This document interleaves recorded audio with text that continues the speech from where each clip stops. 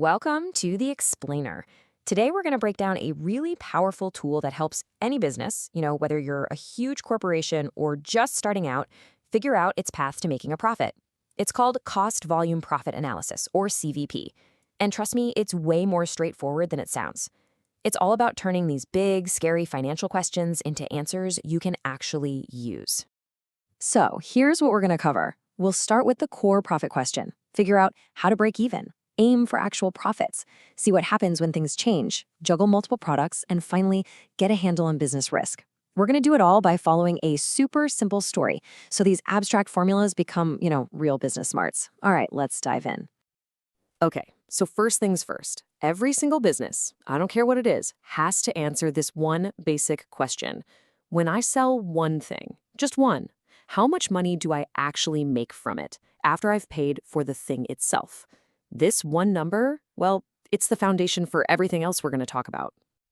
And to really get a grip on this, we're not going to start with some massive complicated company. Nope.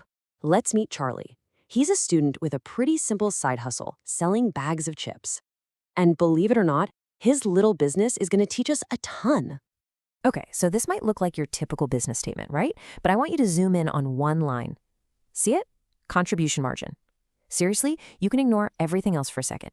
This idea right here, it's the master key. It's the secret sauce that makes all of this CVP stuff click. It's just the cash left over from a sale after you've paid for the product you just sold. So think about it for Charlie. He sells a bag of chips for $1. He has to pay his supplier 50 cents for that bag. What's left? 50 cents. That is his contribution margin. And that 50 cents has a job to do. Its first job is to help pay off his fixed costs, like his $2 advertising bill.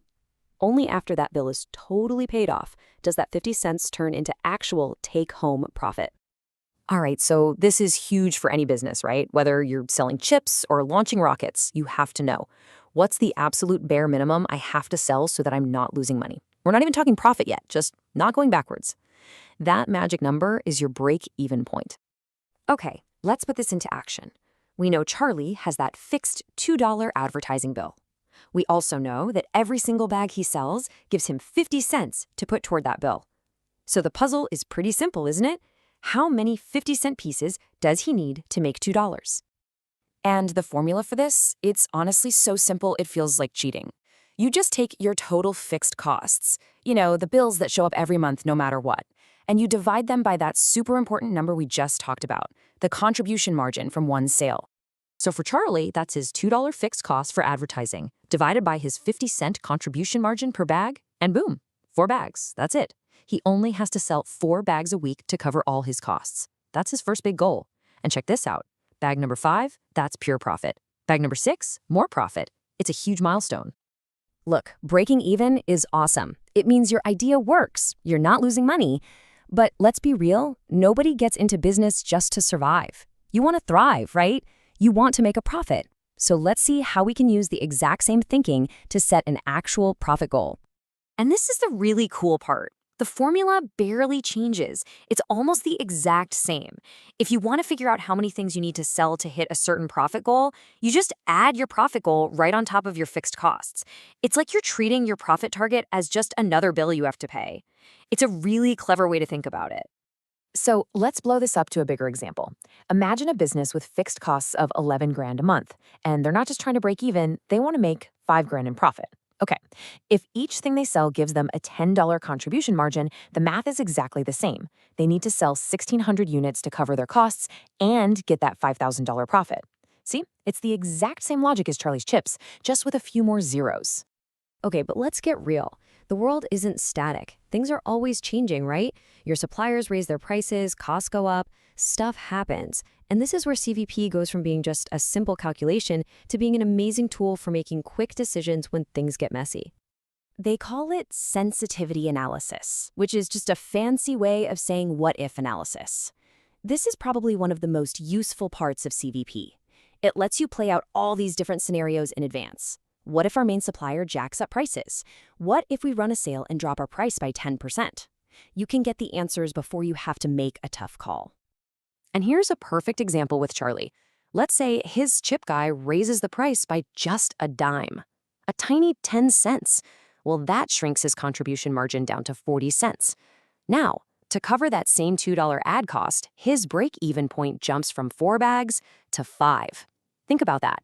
A tiny cost increase means he has to sell 25% more product just to get back to zero. That's a huge deal.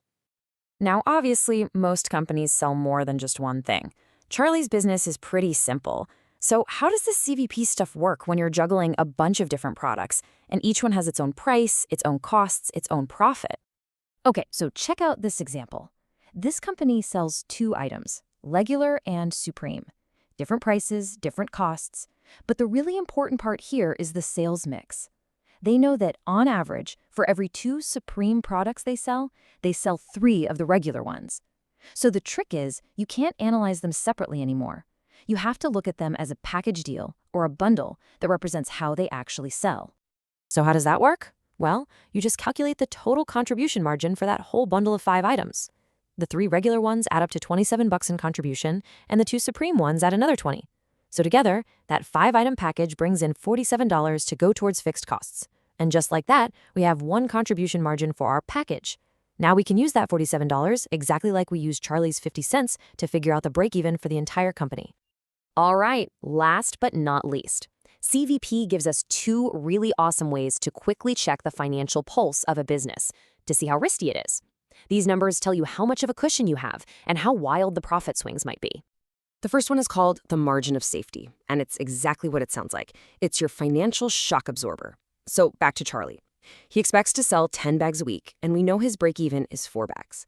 So his margin of safety is 6 bags. That means his sales could literally fall by 60% before he starts losing money. That is a really nice buffer to have. The second one is called operating leverage. It sounds a little more technical, but the idea is simple. It's all about how sensitive your profits are to changes in your sales. Think about a business with huge fixed costs, like an airline that has to pay for all those expensive planes. That's a high leverage business. And what that means is, once they finally sell enough tickets to break even, their profits just explode upwards.